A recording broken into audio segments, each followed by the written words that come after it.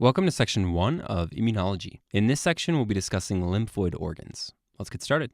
The lymphatic system is a group of tissues that remove waste, facilitate immunity, and transport lymph. Organs of the lymphatic system include primary and secondary lymphoid organs. Finally, you should know that the right lymphatic duct drains the upper right aspect of the body back into the vascular system, while the thoracic duct drains the rest of the body back into the vascular system near the heart. Let's show an image of this so you can see what I'm talking about.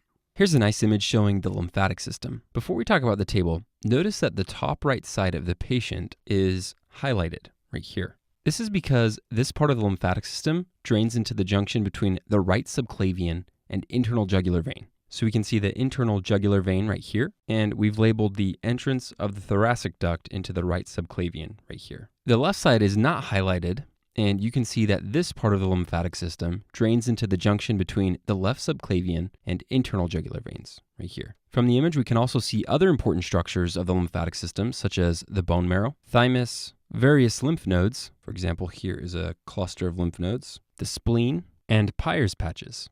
Finally, notice that many of the major lymph node regions, along with the area that is drained into these regions, is shown in the table. Most of these should be pretty intuitive if you have learned cardiovascular anatomy. For example, the celiac lymph node region drains the liver, stomach, upper duodenum, spleen, and pancreas, just like the celiac artery supplies these structures with blood. Similarly, the inferior mesenteric lymph node region drains the splenic flexure of the colon to the upper rectum, just like the inferior mesenteric artery supplies blood to the same region. So my recommendation would be to not focus too much on this anatomy. Rather, spend your time memorizing vascular anatomy, and the lymph node regions should be easy to figure out based on this information. We talk about vascular anatomy in much more detail in our anatomy section, so I'm not going to spend more time on this here. For the remainder of this lecture, we'll focus on the functions of the primary and secondary lymphoid organs. First, let's go over how the lymphoid organs are categorized. Lymphoid structures are considered either primary or secondary based on their function.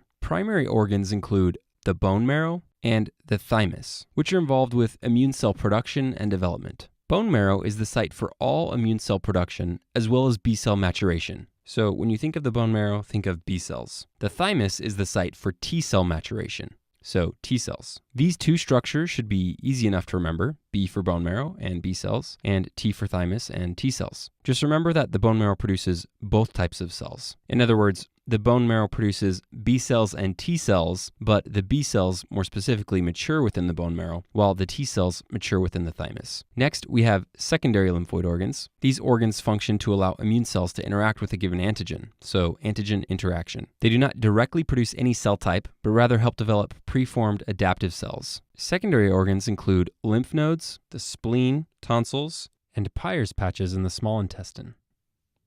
The bone marrow is composed of red marrow and yellow marrow. Red marrow is composed of the functional active cells of the bone marrow that produce immune cells. Yellow marrow is composed of fat cells and is considered inactive. The function of the bone marrow is to produce both B cells and T cells. B cells also develop in the bone marrow, while T cells are transported to the thymus and develop there.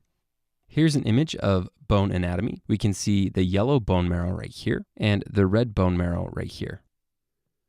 The next primary lymphoid organ is the thymus. It's located in the anterior superior mediastinum and is derived from the ventral wing of the third pharyngeal pouch, which is endoderm. However, the thymic lymphocytes themselves are derived from mesoderm. If you want to learn more about embryology of the thymus, I'd recommend watching section 7 of reproductive embryology. As we discussed earlier, the thymus is the site of T cell maturation. It's most active during the neonatal and pre-adolescent period of development, because this is when all of the T cells undergo maturation. The thymus eventually atrophies and is replaced by adipose tissue as a person matures into adulthood. At this point, your lifetime supply of T cells has already been developed. However, your T cells continue to differentiate in secondary lymphoid organs when needed to fight infection. So differentiation occurs in secondary lymphoid organs. Here's a chest x-ray of a neonate. You can see a prominent region right here, which is the thymus. This is a pretty classic image and has what's known as the characteristic sail sign. If you outline the edge of the thymus like this, you can see that it kind of resembles the sail of a boat. Here's a histological image of the thymus at a low magnification. 1 represents the thymic capsule. 2 represents the cortex. This is where the immature T cells reside. 3 represents the marrow or medulla. Notice that this region is much paler than the cortex. This is where the T cells migrate as they mature, so it contains mature T cells. 4 is a bit hard to see at this magnification, but it represents a Hassel's corpuscle, which I'll zoom up on in a second. Finally, 5 represents the connective tissue of the thymus. So if we zoom up on the medulla of the thymus, we can see an area like this, which is a Hassel's corpuscle. The actual function of this structure is currently not very well understood, but it's an important histological structure for you to recognize because it's distinct and lets you know that you're looking at the thymus. Here are a couple of important associations to make regarding the thymus. First, absent thymic shadow is a term that comes up frequently in exam questions. This basically means that the thymus does not show up on a chest x-ray in a neonate. This is an indicator of immunodeficiency and is often seen in DeGeorge syndrome and severe combined immunodeficiency, or SCID. We talk more about these disorders in our lectures on immunodeficiencies. A thymoma is a neoplasm of the thymus and is associated with diseases like myasthenia gravis, Good syndrome, superior vena cava syndrome, and pure red cell aplasia. Finally, autoimmune polyendocrine syndrome 1 is associated with a mutation in the AIR genes present in the thymus. Basically, this mutation results in autoreactive lymphocytes that damage different tissue in our bodies. It's a result of negative selection failure in the thymus. We will discuss the processes of positive and negative T cell selection more in the upcoming videos on T cells. All right, that's all for primary lymphoid organs. Now let's discuss secondary lymphoid organs. Again, secondary organs include lymph nodes, the spleen, tonsils, and Peyer's patches. Let's discuss lymph nodes first. This is an image of a cross-section through a lymph node. As you can see, many afferent lymphatic vessels drain into the lymph node, and then the lymph exits through a single efferent vessel. The lymph node is surrounded by a capsule, and it has trabeculae, which are just segments of supportive connective tissue that invaginate towards the center of the lymph node. The lymph node is further broken down by 3 main areas: the cortex, paracortex, and medulla. The cortex includes primary and secondary follicles. The paracortex is right here and is where T cells reside. Finally, the medulla is right here and includes medullary sinuses and medullary cords. The medullary cords are areas of lymphatic tissue that invaginate into the medulla, and the medullary sinuses are the spaces between the cords. Okay, now let's cover each aspect of the lymph node in more detail. First, we have the cortex, which houses the follicles. Follicles consist mainly of B cells and are the site of B cell localization and proliferation. There are both primary and secondary follicles. Primary follicles are areas of dormant B cells, whereas secondary follicles are areas of active B cells. Secondary follicles can also be further broken down into 2 areas: the mantle zone and the germinal center. The mantle zone contains resting and memory B cells and is associated with mantle cell lymphoma. The germinal center is an important area where somatic hypermutations occur. This is a topic we'll cover in more detail in a separate lecture, so don't worry about it at this point. From the image, we can see the primary follicle, secondary follicle, germinal center, and mantle zone. Again, notice that these are all part of the cortex. Next is the paracortex. It consists of mostly T cells, and it's the region where T cells interact with dendritic cells in order to become activated. The paracortex is also the home of the high endothelial venules, which is where the lymph enters the lymph node. In terms of disease associations, it's important to know that the paracortex is the region of the lymph node that is underdeveloped in patients with DeGeorge syndrome. Additionally, the paracortex is the portion of the lymph node that becomes enlarged in a patient that has lymphadenopathy. From the image, we can see the paracortex right here, which again is where many T cells reside. So lymph travels to the lymph node through afferent lymphatic vessels and then enters the lymph node through high endothelial venules, which are present in the paracortex right here. Finally, we have the medulla, which can be broken up into the medullary cords and the medullary sinuses. The medullary cords are areas of lymphatic tissue that invaginate into the medulla, and the medullary sinuses are the spaces between the cords. The cords contain plasma cells and lymphocytes, and the sinuses contain macrophages and reticular cells. Finally, the medullary sinuses communicate with the efferent lymphatics. From the image, we can see the medullary cords right here and the medullary sinuses right here. Here is a histological image of a lymph node. In this image, we can see the cortex right here, along with the follicle in the cortex right here. Deep to this region is the paracortex, roughly right here. followed by the medulla right here. All right, now that we've covered lymph nodes, let's move on to discuss the spleen. This is an image of a cross-section through the spleen. Notice that it's surrounded by a capsule, and its vascular supply includes the splenic artery and vein. There are two major regions of the spleen, including the red pulp and the white pulp. The red pulp is a region rich in red blood cells, and the white pulp is a region rich in white blood cells. Let's discuss the white pulp in more detail first. The white pulp includes follicles, the periarterial lymphatic sheath, and the marginal zone.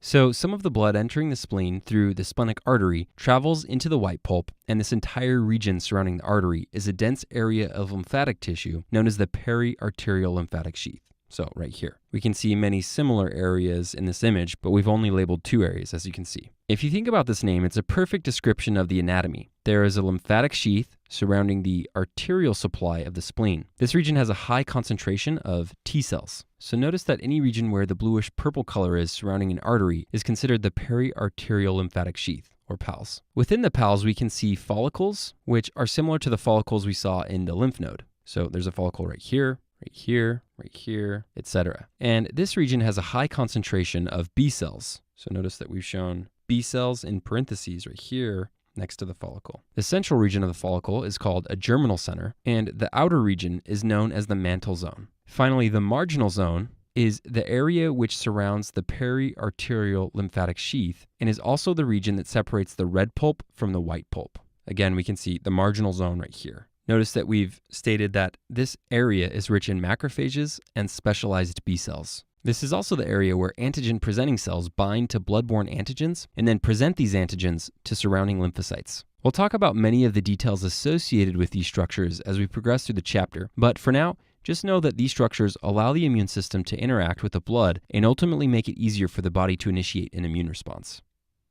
So to review, the white pulp includes follicles, the periarterial lymphatic sheath, or PALS, and the marginal zone. The follicle is rich in B cells. The PALS is a dense area of lymphatic tissue surrounding the arteries and is rich in T cells. And the marginal zone is an area that surrounds the PALS and is rich in macrophages, specialized B cells, and antigen-presenting cells, or APCs. Okay, that's the white pulp. Now let's discuss the red pulp.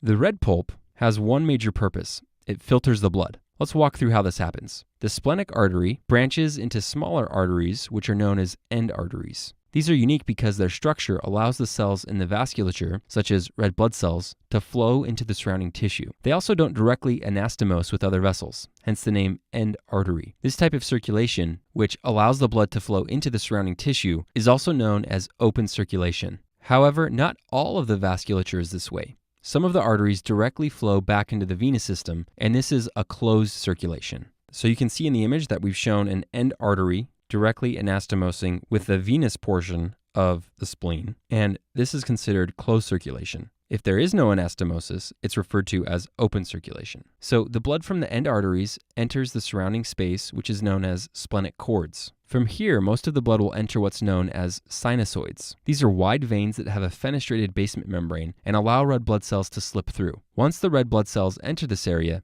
they go to the venous system and ultimately leave the spleen through the splenic vein. So what's the point of this elaborate blood filtering process? Twofold. First, it allows the body to get rid of old or damaged red blood cells because these cells are unable to enter the sinusoids, and they end up getting removed from the circulation by splenic macrophages, which happen to be heavily present within the splenic cords. Notice in this image that we indicated that the splenic cords contain macrophages. And second, it acts as another layer of immunity because the macrophages can interact with antigens and pathogens that may be present in the blood. So to review, the red pulp filters the blood. Blood travels from the splenic artery to the end arteries into the splenic cords, then the sinusoids, and finally back into the venous system. This is important because it's a way to remove old or damaged red blood cells, and it serves as another layer of immunity. All right, that's all for red pulp. Now let's discuss some other important spleen associations you need to be familiar with for step 1. The spleen can become dysfunctional for various reasons, such as sickle cell disease, infection, infarction, or trauma. Regardless of how it becomes dysfunctional, you should know that this results in decreased splenic B cells, which leads to decreased IgM.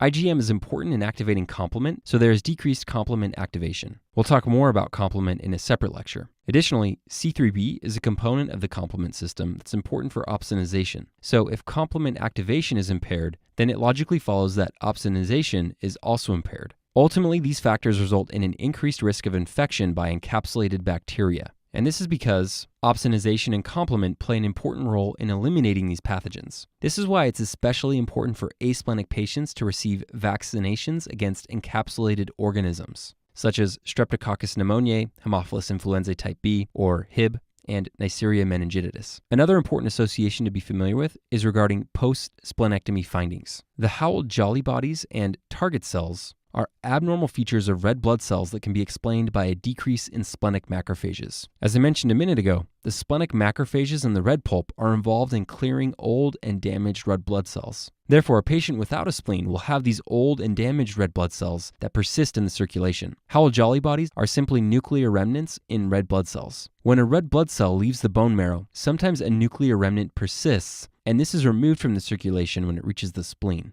However, if the spleen isn't working, then Howell-Jolly bodies may be seen. Target cells can be seen in a number of diseases such as liver disease and hemoglobin disorders. There is normally a small amount of these cells in the circulation, and without splenic macrophages, they may persist in the circulation. Finally, you should know that a large population of platelets and lymphocytes are stored or sequestered in the spleen. So when the spleen is removed, these patients can develop an increase in these blood products, resulting in lymphocytosis and thrombocytosis.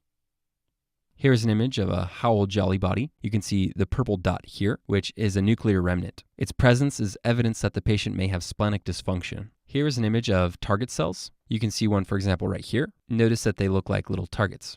All right, that's everything for the spleen. Let's finish by discussing tonsils and Peyer's patches. Here's an image of the tonsils.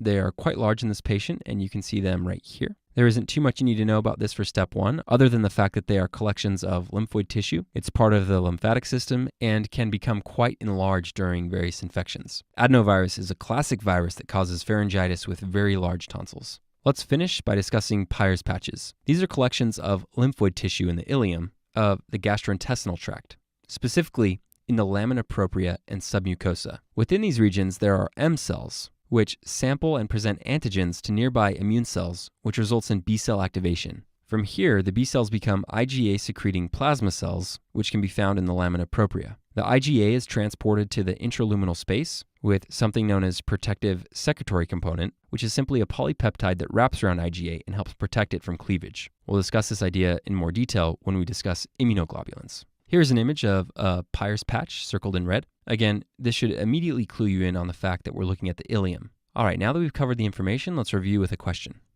A 4-year-old boy presents to the physician with a cough, runny nose, conjunctivitis, and pharyngitis. His symptoms first started 2 days ago. Physical examination reveals several tender lymph nodes in the neck. It's concluded that intracellular viral particles are responsible for his symptoms. These infected cells can be neutralized by T cells, which are primarily found in which region of the lymph node?